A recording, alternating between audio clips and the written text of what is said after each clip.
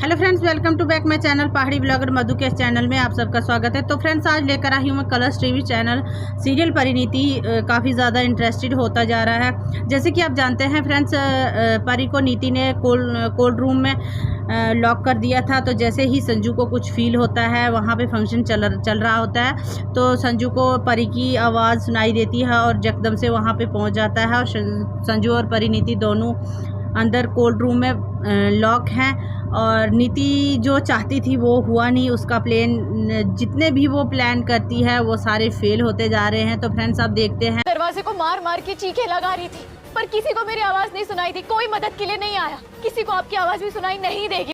तो फ्रेंड्स, जैसे कि आपने देखा, यहाँ पे परी कह रही कि यहाँ पे किसी की भी आवाज़ सुनाई नहीं देगी। आपको मैं इतनी ज़ोर ज़ोर से चिल्ला कर कह रही थी, लेकिन किसी ने ही सुना। लेकिन संजू यहाँ पर कह रहा कि मैंने सुना और मैं आया ना। पहले तो वो एक टाइम मतलब ऐसे अपनी फीलिंग बता रहा था कि मैंने दिल से आवाज़ सुनी, लेकिन फिर वो बात को थोड़ा टाल देता है, क्योंकि वो परी नहीं, मतलब कि पार्वती उसके सामने है, तो इसलिए राजीव भी अपने आप को कंट्रोल कर। मुझे भी तो आपकी आवाज़ सुनाई दी थी।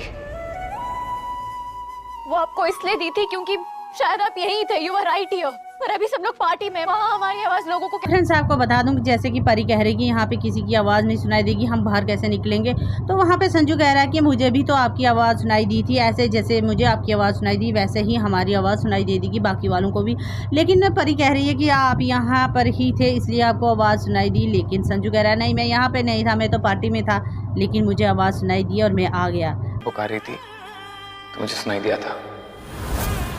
हाँ, मैं सिंघानिया। जब आप मेरा नाम पुकार रही थी, मुझे सुनाई दे रहा था। और सिर्फ बाहर ही नहीं, मुझे पार्टी में भी सुनाई दे रहा था। करेगी परी, क्योंकि यहाँ पे राजीव तो उससे बेहद प्यार करते हैं। ये जानकर भी कि वो पार्वती है, लेकिन फिर भी उसके आसपास मंडराते रहते हैं उसे बचाने के लिए। तो फ्रेंड्स, अब पार्वती दो मतलब टू थिंकिंग है उसकी। एक तो उसे सोच आती है कि जैसे राजीव को उसने अपने हाथ में इतना बड़ा पहाड़ देखा था, यानी कि स्टोन पकड़े हुए, जब वो गिर रही थी। लेकिन राजीव तो वहाँ पे परी को बचाने गए थे। पत्थर जाने किस लिए, रस्सी पे पत्थर रखने के लिए गए थे या किस लिए गए थे। लेकिन परी की नज़रों में तो वो गुनहगार है। तो यहाँ पे परी दो सोच कर रही है कि क्या करूँ मैं, क्या राजीव मुझसे प्यार। आपकी परवाह होती ना मैं सिंघानिया। उन्हें आपकी आवाज़ कहीं से भी सुनाई दी जाती है। उन्हें समझ में आ जाता है जब उनका अपना कोई मुसीबत में होता है। ये क्या हो रहा है भगवान जी?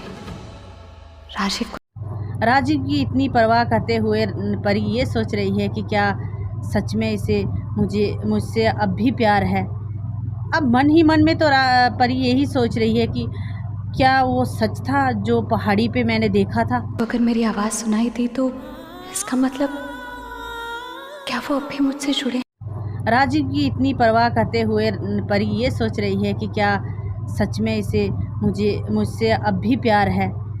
अब मन ही मन में तो परी यही सोच रही है कि क्या वो सच था जो पहाड़ी पे मैंने देखा था। मुझे कुछ सवालों के जवाब नहीं होते, कुछ चीज़ें महसूस की जाती हैं।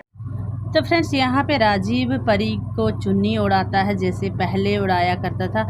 तो परी को कुछ पहले की यादें याद आ रही हैं और वो गहरी सोच में पड़ गई है कि क्या हो रहा है मेरे साथ।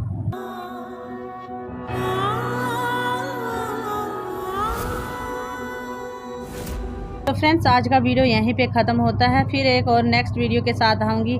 फिर फ्रेंड्स, आपके साथ शेयर करूँगी कि राजीव और परी बाहर आखिर निकलते हैं कैसे, कौन सा रास्ता ढूंढेंगे राजीव परी को बचाने का, बाहर निकलने का। तब तक के लिए bye bye, tata, take care, love you all friends. अगर आपको मेरा वीडियो थोड़ा सा अच्छा लगा हो तो लाइक कमेंट शेयर कर दीजिएगा।